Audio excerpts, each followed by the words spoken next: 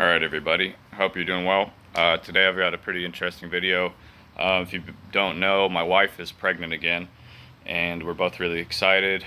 She's giving me a son in November or December, sometime in the winter. And also she's allowing me, or I guess she has no problem with me just picking the names out. She's giving me free reign, which is really touching and sweet. So, I'm very carefully choosing the names for my son, the first and second name.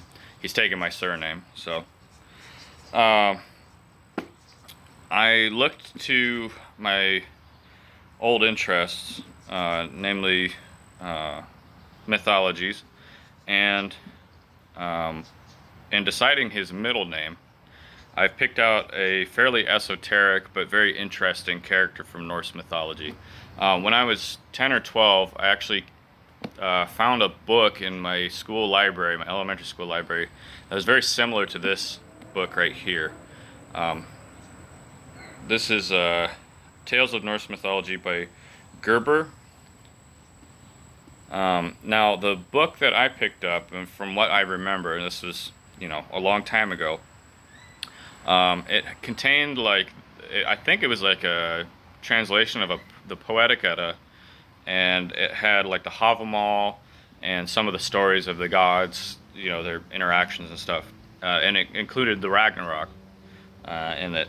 And I was fascinated because up until that point, I thought that the Bible was kind of like the main religious text. Now, I don't consider the Norse mythologies to be like a religious sort of text for my own spiritual purposes or anything like that. I just find them compelling and riveting and very enjoyable to read. So I picked this up a couple years ago when Barnes and Nobles printed this out. I think it's a very good read if you're interested in Norse mythology. These are all over the place. If you go to Barnes and Nobles, you can probably pick this up online. It's a very beautiful book. It has my favorite type of design, this sort of like cross between Mammon and earlier style knotwork. It's very, very cool. It's picked out in gold, and the book is nice and heavy, and its pages are gold edged. And but getting back to the name, I'm choosing his middle name to be Vidar, and he's sort of an esoteric character in Norse mythology. He's known as the Silent God, and I'm just going to read the excerpt and explain my justifications for naming him. It's sort of an unusual middle name, but it's a very, very cool character, and I think you'll appreciate the meaning when he becomes, a man and he becomes older. So this is from chapter 15 in this book. Vidar. Now, they spell Vidar slightly different from how I've seen it. This is Vidar. I've seen it with two R's at the end. I don't know the provenance of what is correct or not, but the pronunciation, I believe, is Vidar, because the D's are usually like a TH sound. So, in any case, I'm going to get down to like the reading of this, because it's not very long. There isn't that much information about Vidar, but what is there is very cool. At least in my opinion, I think it's cool, and it's sort of a triumphant story. So, chapter 15, Vidar, the Silent God. It is related that Odin once loved a beautiful giantess named Grid, who dwelt in a cave in the desert. Now, what's interesting about this is that I proposed to my wife in the Grand Canyon. We were right in the middle of the Grand Canyon. We took Bright Angel Trail down to Plateau Point. And so I think it's funny, there's all these little similarities to things that have happened in our lives that points to this name being appropriate. So Odin once loved a beautiful giantess named Grid, who dwelt in a cave in the desert, and that, wooing her, he prevailed upon her to become his wife. His offspring, or the offspring of this union, Odin the mind, and Grid matter, was Vidar, a son as strong as he was taciturn, whom the ancients considered the personification of the primeval forest, and imperishable forces of nature. As the gods, through Heimdall, were intimately connected with the sea, they were also bound by close ties to the forest and nature in general through Vidar, surnamed the Silent, who was destined to survive the destruction through Ragnarok and rule over a regenerated earth. This god had his habitation in Landvidi, the Wide Land, a place decorated with green boughs and fresh flowers, situated in the midst of an impenetrable primeval forest, where reigned the deep and silent solitude which he loved. So basically, Vidar lives in nature. He loves nature. He loves being contemplative in silence in nature. Here's a little excerpt from, it's like a little poem from a book called Norse Mythology. R.B. Anderson is the author of that. Grown over with shrubs and with high grass in Vidar's wide land.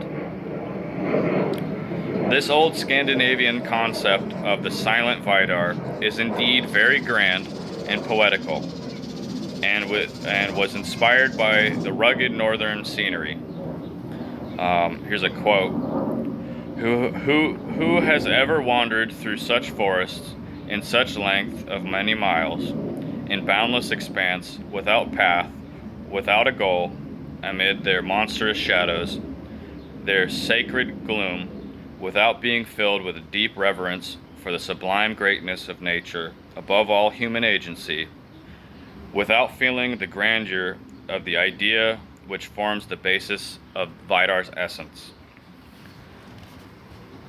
Vidar is depicted as tall, well-made, bearded, handsome, clad in armor, girdled with a broad-bladed sword, shod with great iron or leather shoes.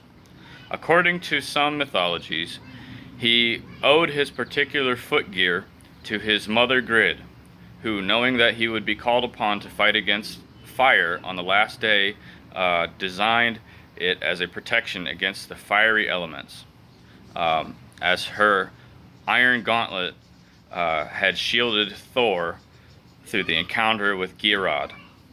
So basically they're attributing this pair of shoes that he wears in some myths to Grid, his mother. Also, Thor apparently gets his gauntlets from Grid. If you know about Thor, he wears a belt that doubles his strength, and his iron gauntlets help him grip Mjolnir. So that's pretty interesting. But other authorities state that the shoe was made from leather scraps, which the northern cobblers had either given or thrown away, as it was essential that the shoe should be large and strong, or the pair of shoes should be large and strong enough to resist Fenris Wolf's sharp teeth on the last day.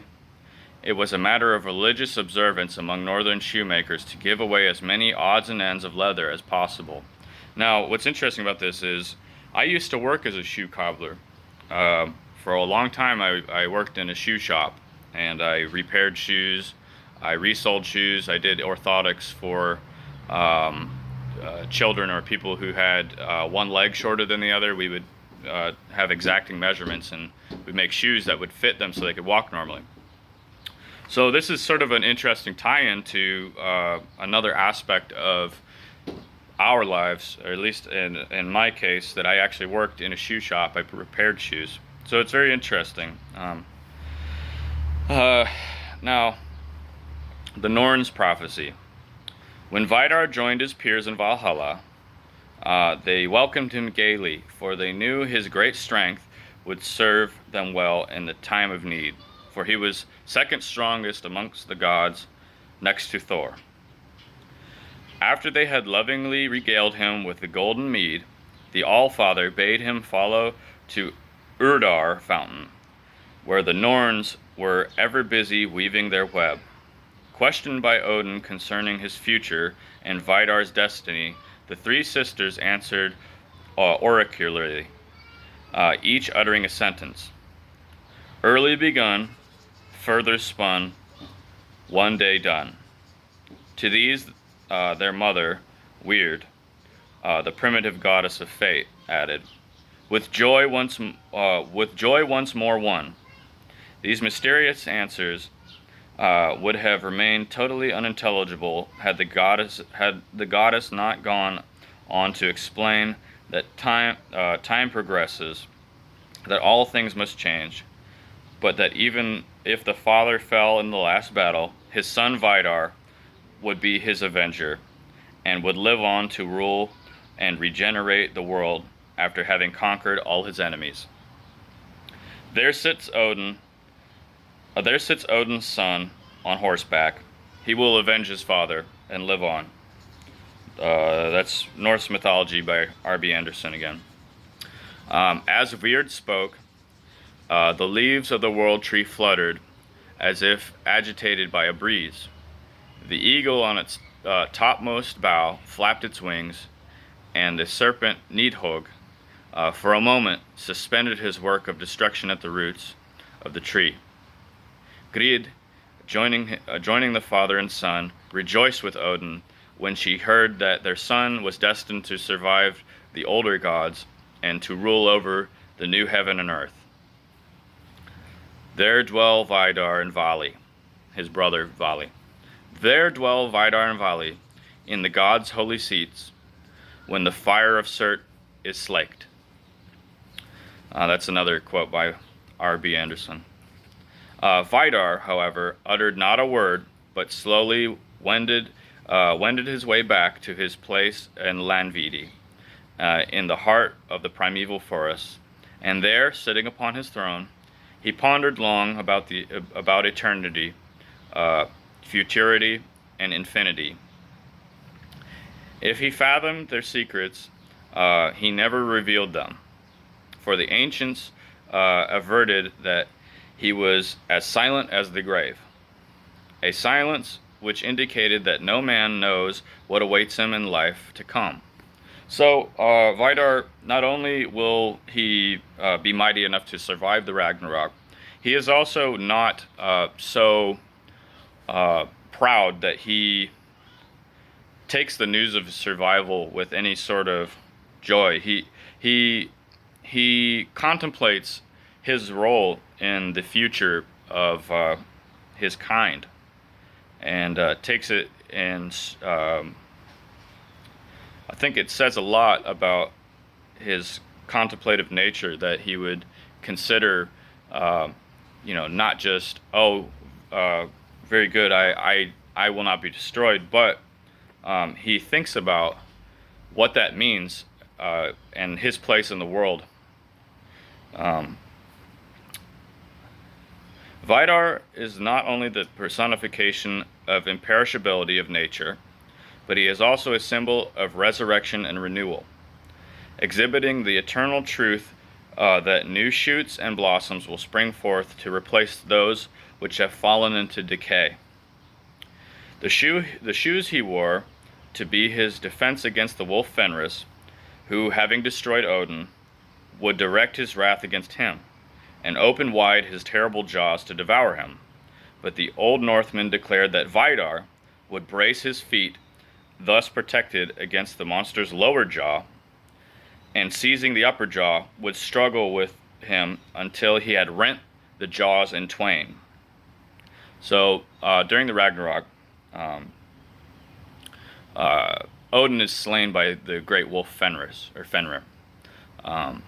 He's swallowed whole, and in the chaos, Vidar charges up and stamps his feet down on the lower jaw of Fenris wolf, and as the top jaw closes, Vidar catches his upper jaw and rips his head in half.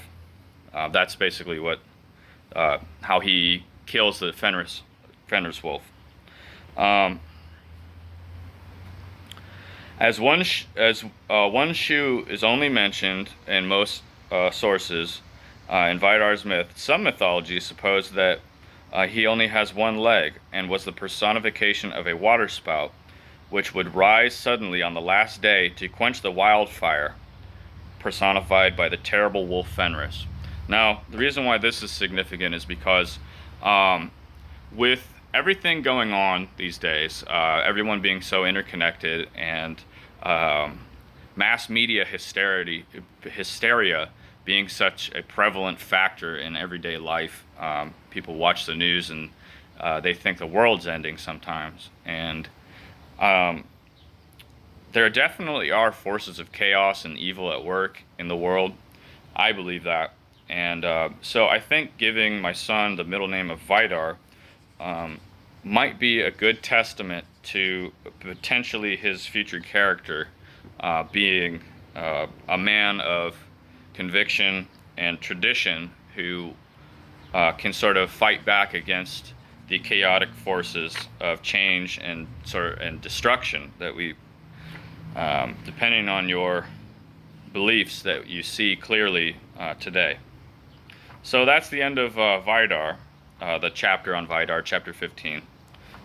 Those are some, I hope you understood sort of what I was reading, because to me, it's a very clear and concise story of the victory over destruction, but also the preservation of what was once. Vidar is a character associated with nature and with the forces of the natural world. He is destined to avenge his father. He is destined to survive the great destruction of the Ragnarok. And he is, I believe, the place in which the surviving gods, Vidar, Vali, Thor's sons, Magni and Modi, Balder, who is Odin's son, and Hoder, who is the blind god, I believe they all survive through one way or another. Vidar obviously fights his way out through the Ragnarok. But they survive and they set up a new sort of Asgard in a place called Gimli.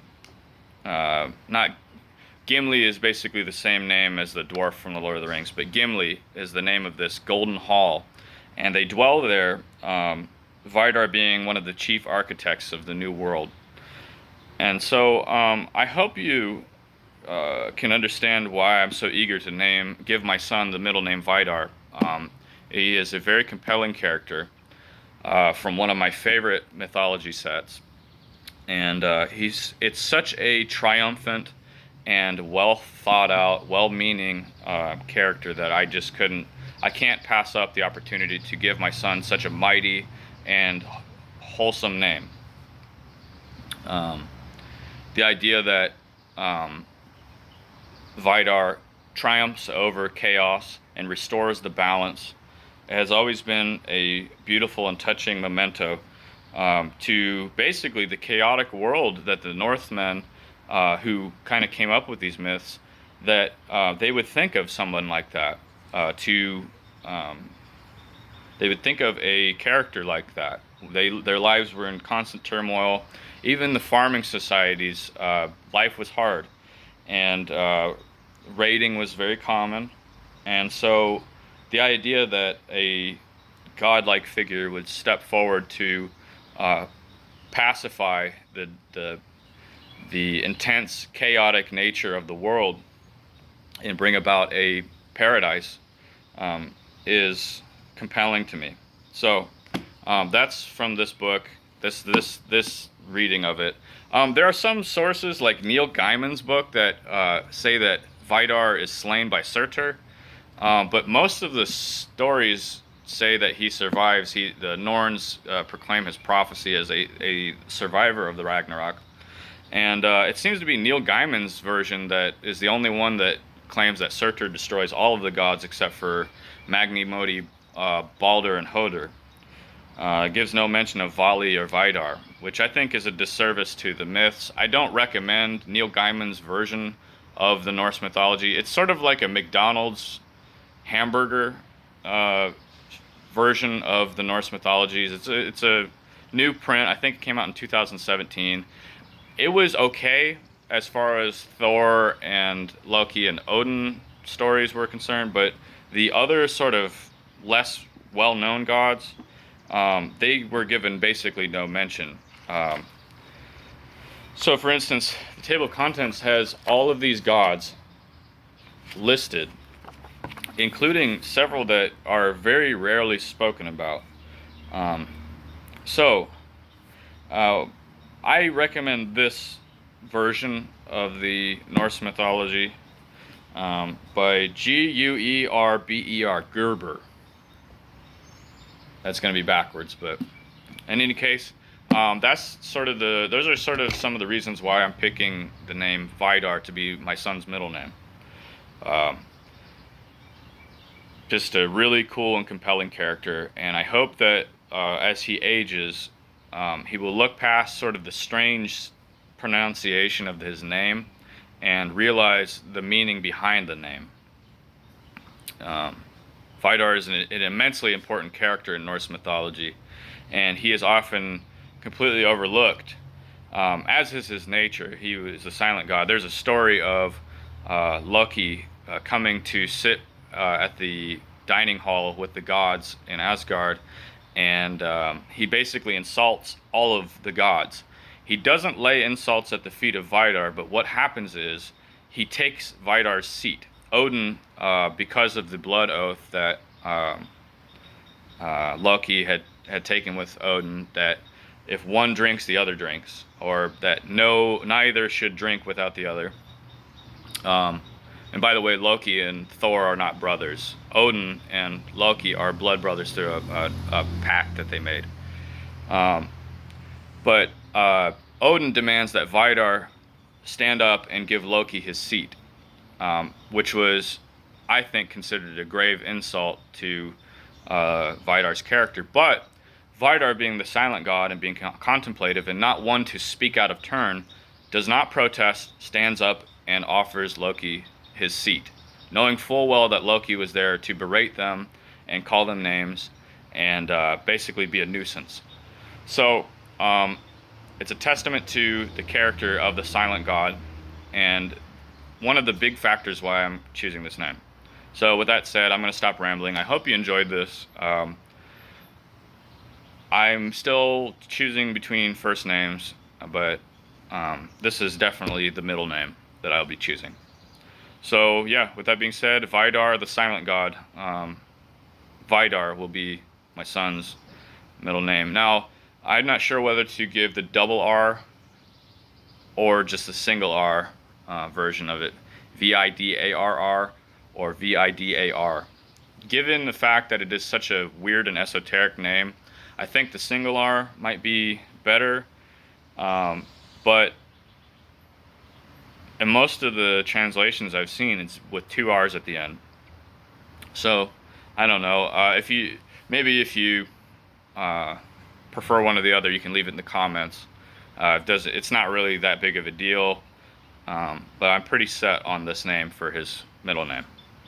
I went through several other middle names, including Thor, Leonidas, other mythological figures, and I settled on Vidar after reading through the Norse myths, because I thought it was just such a perfect character name to give as a middle name. Yeah, so I hope you have a good day, and I will talk to you guys later. Have a good one.